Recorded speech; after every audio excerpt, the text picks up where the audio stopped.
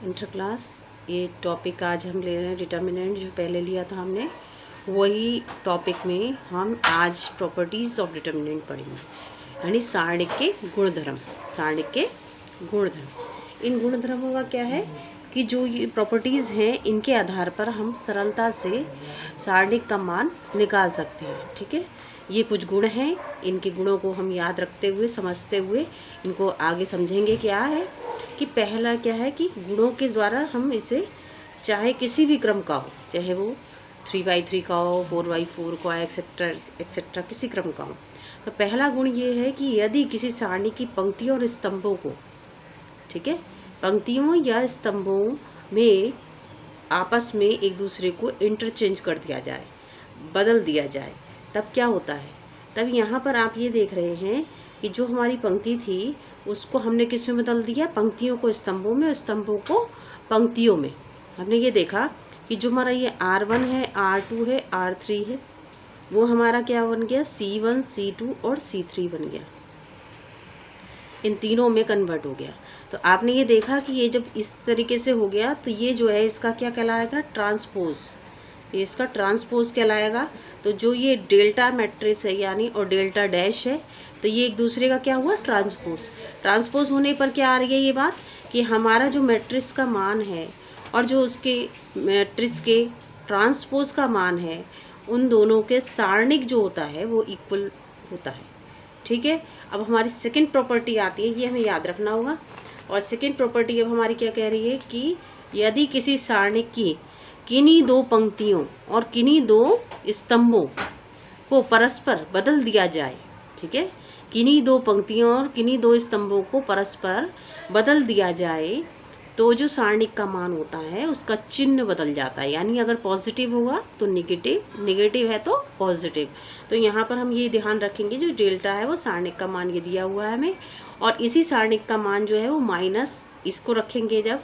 तो हमने ये देखा जो सारणिक का मान था हमारा, यानी हमने किसको चेंज करा, इंटरचेंज, हमने R1, यहाँ पर देखिए R1 की जगह R2 को ले आए हैं और R2 की जगह किसको ले आए हैं, इंटरचेंज करा है R1 का, R1 और R2 का इंटरचेंज करा है, और इसी की वजह से इसका मान क्या आ गया है, इनके स्थान बदल दिए हैं परस्पर।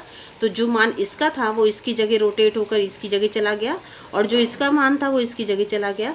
तो ऐसा करने पर ऋणात्मक चिन्ह आ गया। और जो तीसरी आपकी R3 थी वो नॉट इफेक्टेड है, यानी कि उसमें कोई भी अंतर नहीं आया, अपरिवर्तनशील। ठीक है, अभी थर्ड कैटेगरी को देखेंगे, इसमें गुण को क्या है आपकी थर्ड जो आपकी प्रॉपर्टी है वो है यदि किसी सारणी यानी कि डिटर्मिनेंट, ध्यान रखेंगे ये सारणी की प्रॉपर्टीज है तो सारणी पे ही लागू होती हैं। किसी सारणी की किन्हीं दो पंक्तियां या किन्हीं दो स्तंभों को के मान सभी क्या हो, सर्वसम हो। सर्वसम माने क्या, सर्व का मतलब सभी, सम माने समान, यानी कि सभी उनके मान जो हो वो बराबर हो, यानी सारे अवयव जो उनके वो बराबर हो। जैसे मैंने ये देखा कि इसमें हमारे जो है R2 और ये जो है आपकी R3, ये दोनों का मान जो है वो ऐसा सारणिक लिया है जिसमें ये दोनों मान इक्वल टू बराबर आ रहे हैं। ऐसे मान बराबर होने पर क्या होगा कि ये जो आपकी R2 और R3 हैं वो इक्वल होने पर डेल्टा का मान जो है हमने यहाँ पर विस्तार करके बताया है आपको, क्या है कि डेल्टा का मान हो जाएगा A1 B1 B2 C2, इस तरीके से जैसे हम विस्तार करते हैं सेम उसी तरीके से रखते हुए इसका मान 0 हो जाएगा। क्या आ जाएगा, 0। तो हमने ये देखा कि हमने इसको इंटरचेंज कर रहे हैं। जो यहाँ पर हमारा पहला कॉलम था, इसको जरा मैं ऐसे थोड़ा सा और अच्छे से दिखा दे रही हूँ ताकि आप लोगों को यहाँ पे समझ में आ जाए कि ये जो पहला था R1 वो अब आपका R2 होगी। R1 यहाँ जो है वो R2 की प्लेस ले ली है इसने, ठीक है, और R2 ने R1 की प्लेस ले ली है, तो आपको समझने में आसानी रहेगी। अच्छा, अब ये 3 गुण हो गए। इसके बाद अब चौथा गुण है आपका, क्या है, चौथी प्रॉपर्टी क्या कहती है, चौथी प्रॉपर्टी ये कह रही है आपकी कि यदि सारणी की किसी पंक्ति अथवा स्तंभ का प्रत्येक अवयव क्या हो, 0 हो। यदि ऐसा कहीं कुछ आ जाए जिस सारणिक में उसका मान 0 हो, पंक्ति का या स्तंभ का, तो उस सारणिक का जो मान होता है यानी डेल्टा का जो मान होता है वो भी क्या होता है, शून्य होता है। तो यहाँ पर मैंने 2 ले ली हैं, जैसे डेल्टा बराबर, जिसमें मैंने यहाँ पर R2 लिए रो। R2 रो में आप ये देख रहे हैं सारे अवयवों का मान क्या है, शून्य। और इसमें क्या देख रहे हैं आप, R2 C2 में सभी अवयवों का मान क्या देख रहे हैं, शून्य। तो आप ये जानेंगे कि जहाँ पे R2 और जो C2 बराबर होने पर 0 सारे अवयवों को प्रदर्शित करता है, तो ऐसे में हम क्या कह सकते हैं, सारणिक के सारे मान जो अगर किसी भी पंक्ति या स्तंभ के 0 है तो उस सारणिक डेल्टा का मान भी शून्य होगा। ये हमें याद रखना पड़ेगा, ठीक है। आगे की बात है, अगला है 6 आपका प्रॉपर्टी क्या कहती है। 6 प्रॉपर्टी हमारी ये कह रही है कि यदि किसी सारणिक में चर यानी कि x, ठीक है, क्या समझते हैं चर से, x y z n कुछ भी हो सकता है, चर यानी वेरिएबल, निहित हो माने निश्चित हो, तो x बराबर a रखने पर सारणिक का मान क्या हो जाएगा, x बराबर a रखने पर उस सारणिक का मान शून्य हो जाएगा। किसका मान, सारणिक का मान शून्य हो जाएगा। x माइनस a उस सारणिक का क्या हो जाएगा, गुणनखंड हो जाएगा।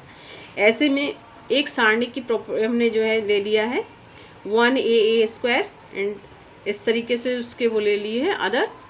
तो यहाँ पर a बराबर b रखने पर, यानी कि a के स्थान पर b रख दीजिए या b के स्थान पर a रख दे। तो ऐसा करने पर मैंने यहाँ पर ले लिया है कि सेकंड जो है आपकी रो, उसमें मैंने a बराबर b रख दिया। ऐसे रखने पर 1a² 1a² 1c² इस तरीके से आ रहा है। तो बच्चों ये जो आपने देखा कि यहाँ पे R1 और R2 दोनों सेम होने पर प्रॉपर्टी 3 जो है आपकी वो फॉलो करती है। प्रॉपर्टी 3 क्या कह रही है कि अगर R2 और R3 समान होंगे तो उसका मान क्या होगा, शून्य होगा। तो यहाँ गुण 3 से जो है इस गुण 5 का मान भी समझ में हमें आ जाता है, ठीक है। यानी किसी का मान किसी भी अवयव उसके में रख देने पर उस सारणिक का वो तो गुणनखंड होगा। और गुणनखंड क्या कहता है कि x बराबर a के लिए, यानी कि a बराबर b हम रख सकते हैं, ओके, ठीक है। तो अब हम आगे बढ़ते हैं अगली प्रॉपर्टीज़ की ओर। तो अगली प्रॉपर्टीज़ आपकी क्या है, अगली प्रॉपर्टी आपकी हैं 6 प्रॉपर्टी, 5 प्रॉपर्टी आपने पढ़ ली। अब ये 6 प्रॉपर्टी क्या कहती है कि यदि किसी सारणिक की पंक्ति या किसी स्तंभ के प्रत्येक अवयव जो कि 2 या 2 से अधिक पदों का योग हो, यानी कि प्रत्येक अवयव 2 या 2 से अधिक पदों का योग हो, तो सारणिकोसी क्रम के 2 या 2 से अधिक सारणिकों के रूप में व्यक्त किया जा सकता है। तो अब ये देखिए, पहली मैंने एक सारणिक लिए डेल्टा बराबर, क्या देखा हमने, डेल्टा बराबर ले लिया है कि इसमें सारणिक में पहले वाले जो कॉलम है यानी कि C1, इसमें आप देख रहे हैं 2 पदों का योग दे रखा है। C1 जो आपका कॉलम है पहला, उस कॉलम में आप देख रहे हैं कि 2 पदों का योग है। तो हमने इसको क्या कर दिया, बाई पार्ट अलग अलग कर लिया है, ठीक है। बाई पार्ट अलग अलग करने पर क्या दिख रहा है आपको कि ये दोनों प्रॉपर्टीज़ अलग अलग करने पर ये जो है 2 सारणिक प्राप्त हो जाते हैं। आपको यही कहना चाह रहे हैं कि हम एक सारणिक से 2 सारणिक भी बना सकते हैं। अब प्रॉपर्टी नंबर 7 क्या कहती है, कह रही है कि यदि किसी सारणिक की किसी पंक्ति या किसी स्तंभ के प्रत्येक अवयव में k से गुणा कर दिया जाए, k एज ए क्या है, कांस्टेंट, k क्या है यहाँ पर, कांस्टेंट है, ठीक है। तो हम ये ध्यान देंगे कि गुणा कर दिया जाए तो सारणिक का ये गुणा कर दिया जाए और उसको k गुणा हो जाता है। अब उसको देख लीजिए आप कैसे हो जाता है कि हमने मान लीजिए हमने क्या करा, R2 वाली में सारणिक की R2 रो में हमने k से मल्टीप्लाई कर दिया है, देख रहे हैं मल्टीप्लाई है ऑलरेडी। तो इसमें जो है यहाँ पर k का मान हम बाहर निकाल सकते हैं रो वाइज, ठीक है। तो निकालने पर हमें एक सारणिक मिल जाएगी, यानी हम ये जान सक रहे हैं इससे कि अगर मल्टीप्लाई हो तो उसे अलग कर सकते हैं और अगर बाहर दिया हो तो उसे अंदर किसी भी रो में मल्टीप्लाई कर सकते हैं। ये अपनी तरफ से हम कर सकते हैं। अब इसके बाद प्रॉपर्टी नंबर 8, ठीक। प्रॉपर्टी नंबर 8 क्या कहती है, यदि सारणी की किसी एक पंक्ति अथवा किसी एक स्तंभ के सभी अवयवों में किसी अचर से गुणा करके उसी अन्य पंक्ति और किसी अन्य स्तंभ के अन्य संगत अवयवों में जोड़ या घटा दिया जाए तो सारणिक का मान क्या रहता है? अपरिवर्तित। इसका मतलब ये रहता है कि वो सारणिक वही रहता है। वो कैसे रहता है उसको सॉल्व करके हम यहाँ देख रहे हैं कि आर आई बराबर आर आई प्लस के आई आर जे। तो यहाँ पे आई और जे क्या कर रहा है कि पहली पंक्ति और शायद दूसरी पंक्ति, ठीक है। तो आई और जे यहाँ पर पंक्तियों की संख्याएं अलग अलग होंगी।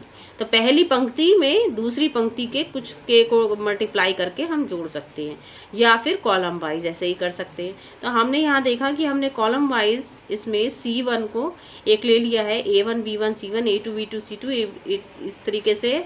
तो ये कोई हमारी सारणिक है।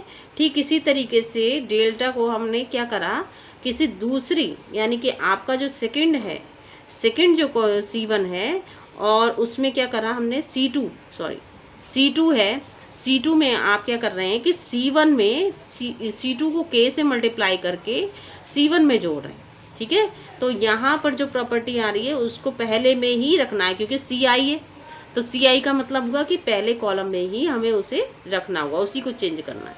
तो यहाँ पर हमने रखा इसको, तो जब रखा तब ये इस तरीके से हमारी आ गया सारणिक। और इसी सारणी को हम चेंज करके दो पार्ट्स में भी डिवाइड कर सकते हैं, क्योंकि अभी हमने ऊपर पढ़ा था सारणिक जो गुण है आपका वो 6, उसके अकॉर्डिंग हमने लिया था। गुण 6 के अकॉर्डिंग हमने दो पार्ट में से कर लिया है। अब गुण जो है वो 7th के अकॉर्डिंग क्या करते हैं, इसे के में कॉलम वाइज हम इसे बाहर निकाल लेते हैं। तो इस तरीके से हमने ये देखा कि C1 और C2 जो है वो क्या है, इक्वल हैं, सारे अवयव सर्वसम हैं। तो ये प्रॉपर्टी हमारी कौन सी लगती है, गुण 5। 5वीं प्रॉपर्टी हमारी कहती है कि ये जो है वो बराबर है। और बराबर होने पर क्या होगा बेटा कि ये इनका मान जो है वो 0 होगा, किसका, सारणिक का। तो यहाँ पे जो सारणिक का मान ले रखा है हमने, इस डेल्टा बराबर वो 0 आएगा, ठीक। तो यहाँ पे डेल्टा बराबर इसको हमने लिया तो k इंटू 0, यानी k का मान जो प्रॉपर्टी है वो भी 0 हो जाएगी। तो जो डेल्टा का मान हम लेके चले थे वही डेल्टा का मान आपका प्राप्त हो गया, यानी सारणिक का जो मान है वही रहा। अब यहाँ हमारी जो है 8 प्रॉपर्टीज़ हमने पढ़ी, कितनी, 8। तो अभी जो है नोटिंग करने वाली बात ये है कि यहाँ पे 2 या 2 से अधिक क्रम वाले सारणिकों का मान ज्ञात करने के लिए उपयुक्त गुणों के द्वारा किसी एक पंक्ति या स्तंभ के अवयवों को 0 बनाने का प्रयास कर सारणिकों का विस्तार करें।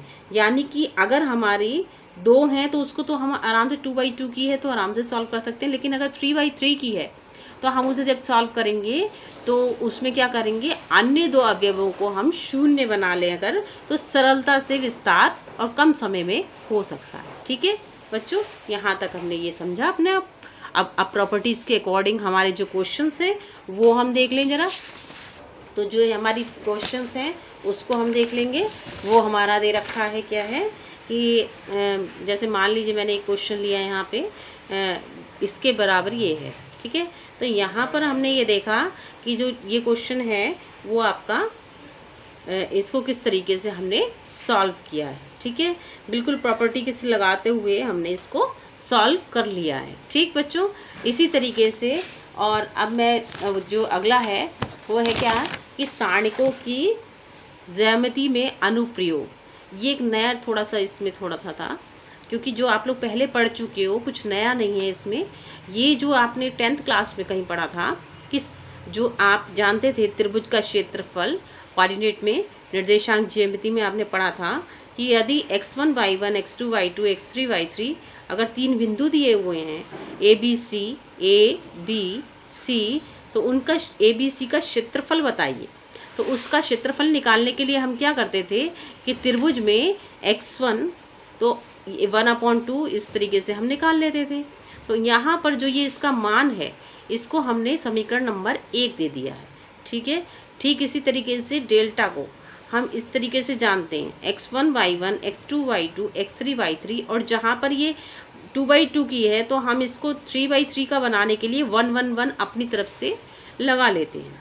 तो ये 3/3 का हमारा जो है सारणिक यानी डिटर्मिनेंट हमें है, और इसको ही हम विस्तार कर दें तो ये इस तरीके से हो जाएगा।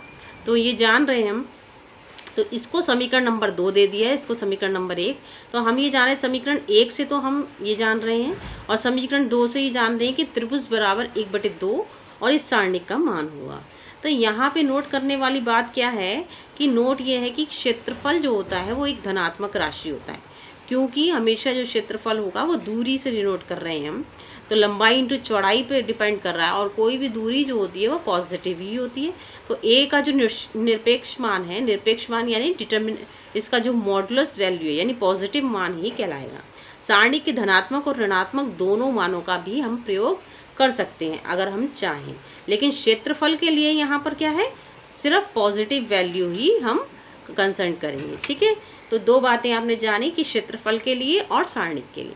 अब यहाँ पर इसी पे को लेते हुए, क्योंकि आप जान रहे थे वहाँ पर कि निर्देशांक ज्यामिति में हमने पढ़ा था 3 बिंदुओं के संरेख होने का प्रतिबंध, कि यानी 3 बिंदु अगर वो तीनों बिंदु ए बी सी तीनों एक ही रेखा पर हैं, तो देख रहे हैं आप तीनों एक ही रेखा पर होंगे तो वो त्रिभुज क्या संभव होगा, नहीं होगा। ऐसी स्थिति में क्या कर सकते हैं कि a बराबर b बराबर c पर ए बी सी संरेख हो, तो त्रिभुज ए बी सी का क्षेत्रफल क्या होगा, 0 होगा। तो ऐसी स्थिति में क्या है, जब बिंदु जो है वो ए बी सी क्या हो, एक ही रेखा में हो, तो त्रिभुज का क्षेत्रफल 0 होता है। तो त्रिभुज क्या है, 1/2 ये दिया हुआ है आपको, इसका मान जो है वो 0 होगा। तो इसका मान, इसका मतलब हमें निकल आया, जो ऊपर हमने लिया था त्रिभुज का क्षेत्रफल, उसका मान जो था वो उसके अकॉर्डिंग निकल आया, कितना हो गया, 0। कब, संरेख होने पर, क्या होने पर, संरेख की कंडीशन पर। अगला पॉइंट हमारा लास्ट है क्या, कि 2 बिंदुओं से होकर जाने वाली रेखा का समीकरण ये आपने सभी बच्चों को याद होगा, सभी बच्चों ने याद करा था कि दो बिंदुओं से होकर जाने वाली रेखा का समीकरण, उसी को हम इस तरीके से ले रहे हैं। त्रिभुज बराबर 2 बिंदु आपके दे रखे हैं, x1 y1 x2 y2, और तीसरा बिंदु P जो उन बिंदुओं से होकर जा रही है, तो x y से है, तो x y 1, ठीक है, P जो है वो बिंदु को ऊपर ले लिया हमने, x1 y1 1, x2 y2 1, 1 1 1 हमने 3/3 करने के लिए ही बनाया है, तो अपनी तरफ से लगाया है, इसको बराबर 0 के बराबर होगा, ये हम जानते ही हैं। तो 2 बिंदुओं से होकर जाने वाली रेखा का समीकरण भी क्या होगा, 0 होगा, क्योंकि त्रिभुज संभव नहीं होगा। यहाँ पर ये त्रिभुज के लिए आ रहा है जो सारणिक का है। अब एक क्वेश्चन को मैंने लिया यहाँ पर, यदि किसी त्रिभुज में, यदि किसी बिंदु a 0 और 0, b 1 1, संरेख है, तो सिद्ध कीजिए 1/a + 1/b बराबर 1 के लिए। तो यहाँ पर विस्तार करने पर इसमें क्या करा है हमने, जो हमारी नोटिंग वाली बात ये थी कि हम उस सारणिक को सॉल्व करने के लिए उसमें बाकी अवयवों को 0 कर दें, तो इसमें विस्तार किया है हमने।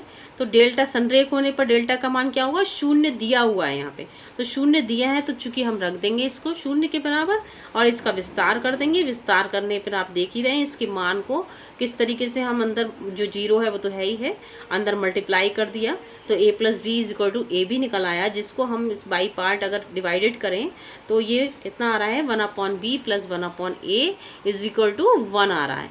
यानी आप ये देख रहे हैं कि ये जो है सिद्ध कर रहा है किसको, LHS बराबर RHS को, यानी कि यहाँ पर जो आपकी मान को लेके चले थे आप 3 से संरेख होने पर, तो इसका मान ये हमारा सिद्ध हो गया। तो बच्चों बहुत अच्छे से आपने सारणी की प्रॉपर्टीज़ को समझ लिया है। अब इसके अकॉर्डिंग आप क्वेश्चंस को सॉल्व करने में आसानी होगी, विस्तार से भी कर सकते हैं और किसी भी तरीके से आप निर्देशांक ज्यामिति की मदद से भी कर सकते, निर्देशांक ज्यामिति को भी सारणी की मदद से कर सकते हैं। तो पिछला भी आपने जो जाना और उसमें कुछ नया हमने ये जाना कि सारणी का प्रयोग जो है वो निर्देशांक ज्यामिति के लिए भी हो सकता है।